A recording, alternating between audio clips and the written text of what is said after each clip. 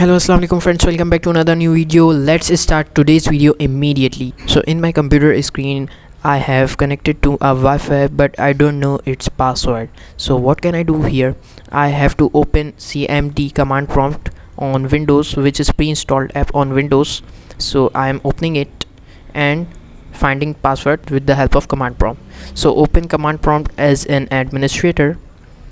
So you have to give it administrative rights and then type a code here, which I am providing you: NETSH nets WLAN show profiles, and hit enter key, and this will list all your saved networks.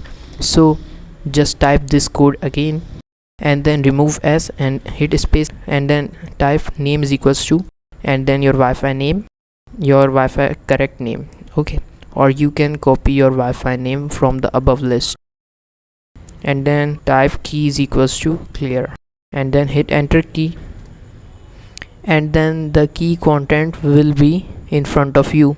As you can see, key content is this. As you can see, this line system 1919 is the key. So copy it and reconnect to this Wi-Fi for verifying it that this key is fine, and then click on next to connect to the Wi-Fi.